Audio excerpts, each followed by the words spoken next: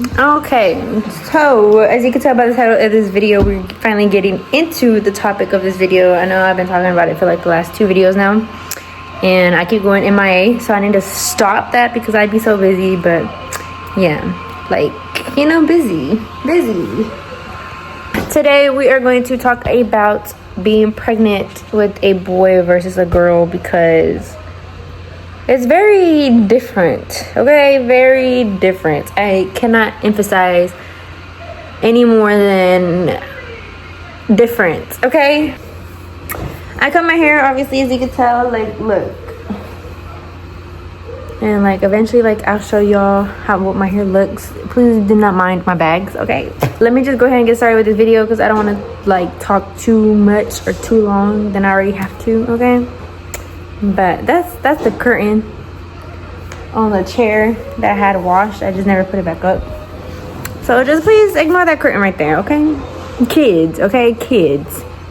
But anyway, so let's talk about finding out I was pregnant because I had 2 very different knowing I was pregnant, finding out I was pregnant versions, okay? So finding out with our son that we were pregnant, it was pretty telling just because, like, I already had missed my period. I was 3 days late and I already knew because I was never late on my period. Like, I've always been regular.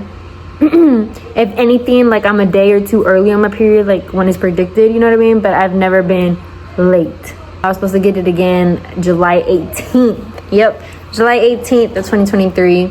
I didn't take the test until July 29th of 2023. And well, you can tell how quick that was a positive. So that's how I found out I was pregnant with our son, right?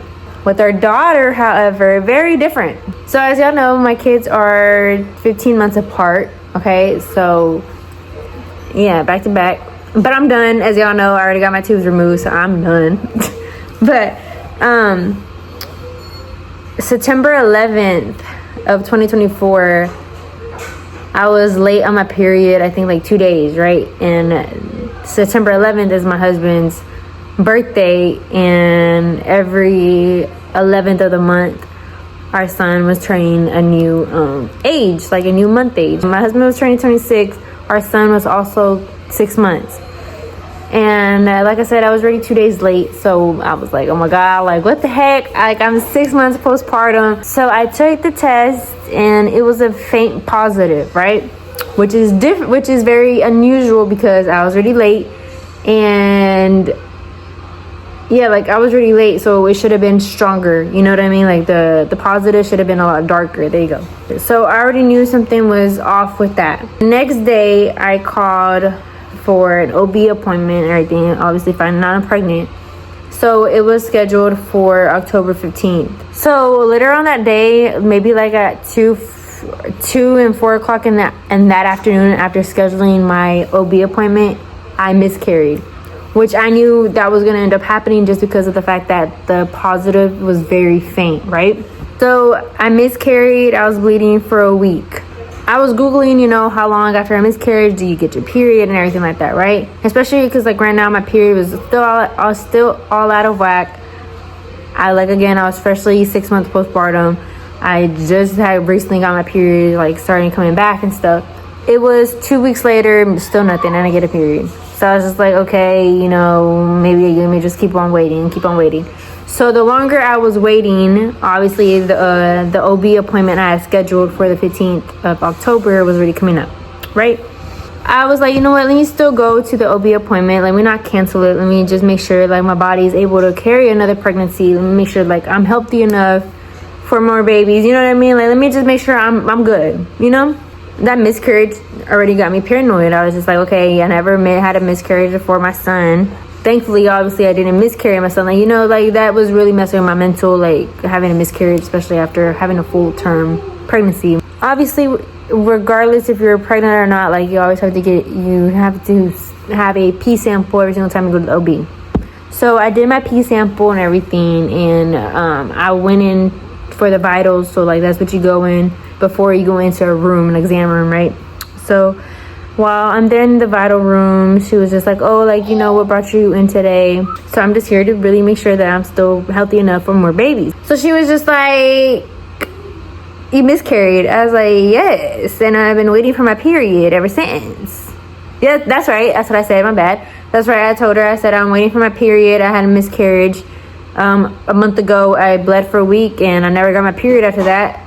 So I'm here is just to see when my period was gonna come, and if I was healthy enough for my babies. Confused, and I was looking at her like confused. I'm just like, what are you confused on? And she was just like, well, your pee came back positive for pregnancy.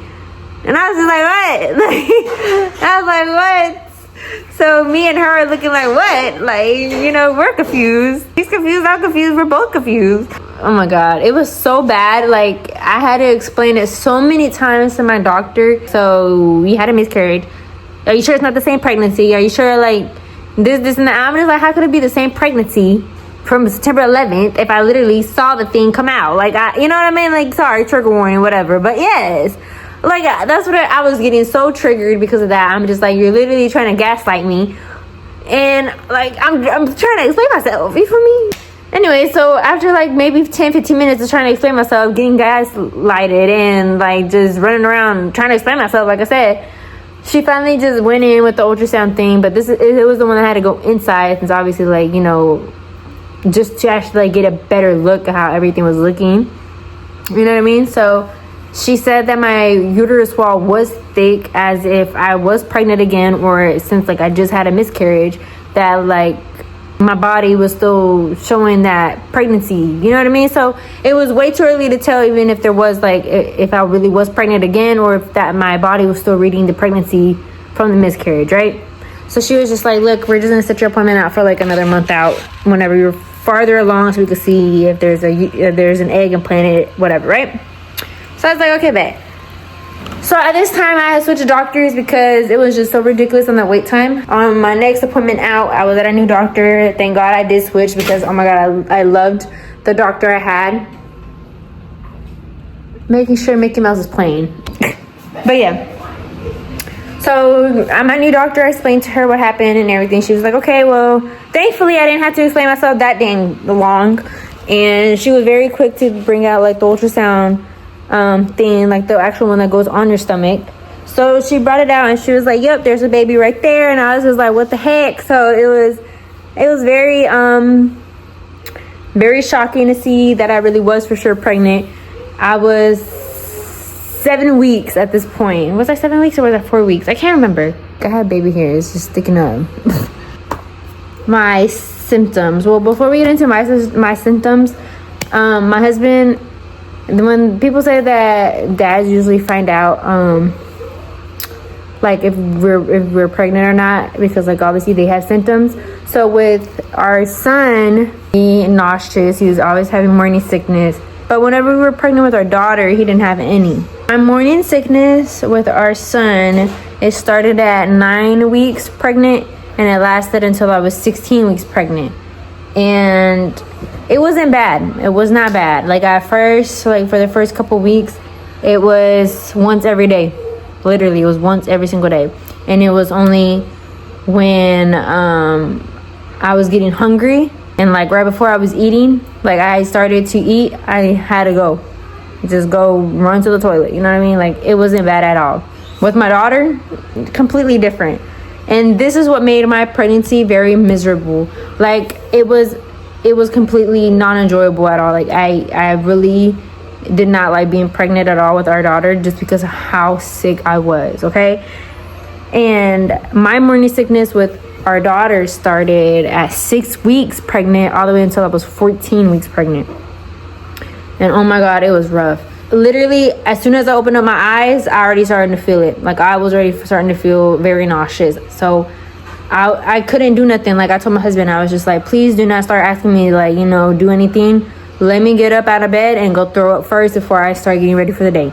Like that was literally the routine. It was every single day. It was every single day, multiple times a day. Like there was one time I was throwing up 5 times a day. I couldn't eat nothing because I was just throwing it up. Like it was horrible. Like it was horrible. And it got to the point, I should have gone to the hospital a lot more than I did, and I only went one time. So at 14 weeks pregnant, I went for fluids. Like it was so bad. I was so dehydrated.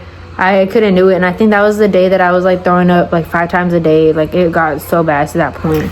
Next up is baby movements. Like this is the most exciting part, and I think it's the more stressful part of pregnancy. Is just like once you start to feel your baby move, you know, they're always telling you keep track of how many times you're feeling them. If you're not feeling them for X amount of time, go get checked. You know what I mean? So like it is very nerve-wracking. Baby movements for my first pregnancy with our son didn't start until I was 16 weeks pregnant. So literally the same week I wrapped up having my morning sickness, I was feeling him move a lot. And oh my God, it was non-stop. Our daughter, she started moving the same week I stopped having my morning sickness at 14 weeks. So the next topic we're going on is when my bump started to show, right? So with our son, I was showing pretty early. Like even though like I looked like I was bloated, like that was my bump. And I had that showing between 3 and 4 months pregnant. However, with our daughter, I know like people usually say like, oh, it's your second pregnancy, you're gonna be showing a lot sooner, you're gonna be a lot bigger. That is not always the case, and I am the prime example of that. I was 5 to 6 months pregnant before I finally started to show. I was a lot bigger with our son than I was with our daughter, and I carried our daughter a lot lower, so I guess that's why like my bump looks smaller. Oh my gosh. So back to the symptoms. Being pregnant with my daughter brought up a new pregnancy symptom. Okay, never have I ever experienced these, not even whenever I was playing soccer, and I did that for 13 years. I started to have Charlie horses, okay? And that is the most painful thing I have ever experienced in my life. Now that I've experienced Charlie horses, they literally feel like contractions. Contractions literally feel like Charlie horses.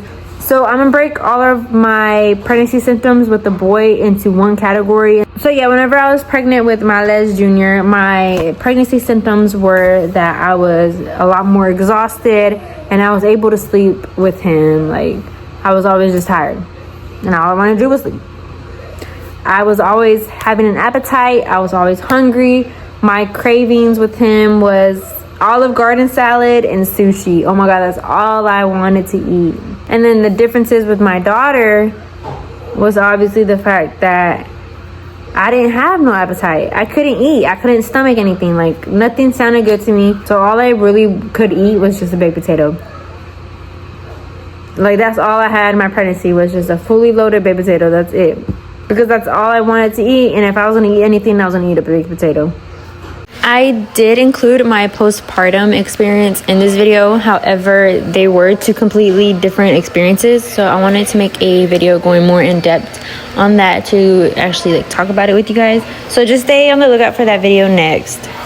So that is it for this video of my pregnancy differences with our son and our daughter. As you can tell, it's completely night and day differences. Like it's very different. And please take everything I say with a grain of salt. Just because my experience was like that for me does not mean it's gonna be like that for you. And I hope you guys enjoyed this video, and I will see you guys in the next one. I have to hurry up and cut this video short because he is over here spitting out his water. Look, like who does that? Like, why are you spitting out your water?